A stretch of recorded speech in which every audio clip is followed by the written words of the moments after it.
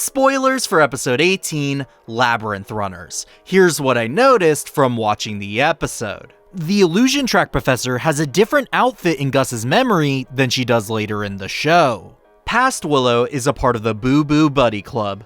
There's an Avengers Infinity War reference when one of the bullies say, "I don't want to go," before getting sucked away.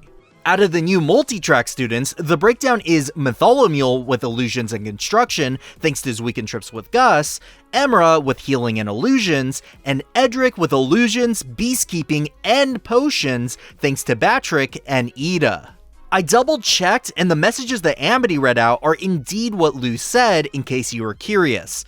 Also, the "Don't Scare Him Away" message was referring to Hunter. We don't end up seeing it, but the Screaming Bell is back to its toxic work environment. The Paranormatorium is still under repairs from the Basilisk incident from the first day episode. Hunter is really desperate to find more information on Grimwalkers based on the book he has in his home pile. Gerbo and Viney are friends again. Amity says that she just wants to protect Willow. We can see this being the case when she puts her arm in front of Willow when the illusions get triggered by Gus. Based on the voice actor, the guard that Willow subdues from behind is Steve. This week's runic code can be found on the lockers that Hunter runs into and translates to below. For those of you curious, the full Season 2 code list thus far is Seething Seas and Puppet Strings. He no longer dreams of kings. As above, rush darkened skies as below. And that's all we have thus far. Unlike Amity, Gus knows how to use glyphs because of when Luce loaned them to him during the episode through the Looking Glass ruins. Gus has a The Thing reference hanging in his room. Hunter doesn't understand high fives because it's a human convention that Gus learned from Luz.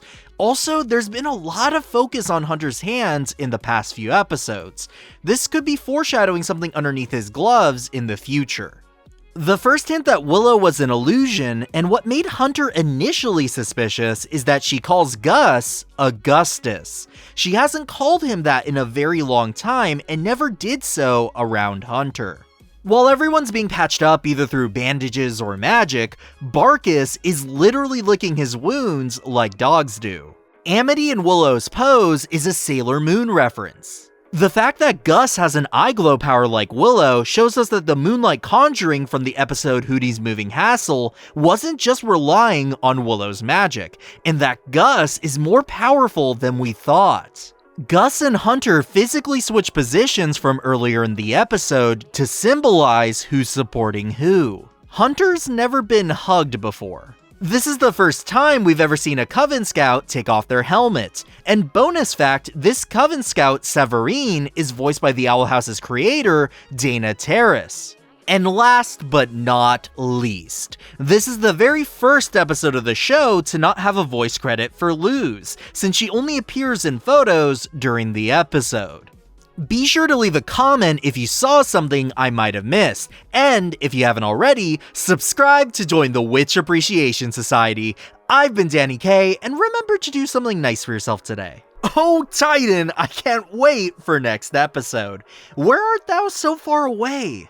Stay wild, witches. I'll see you all on the Hex side.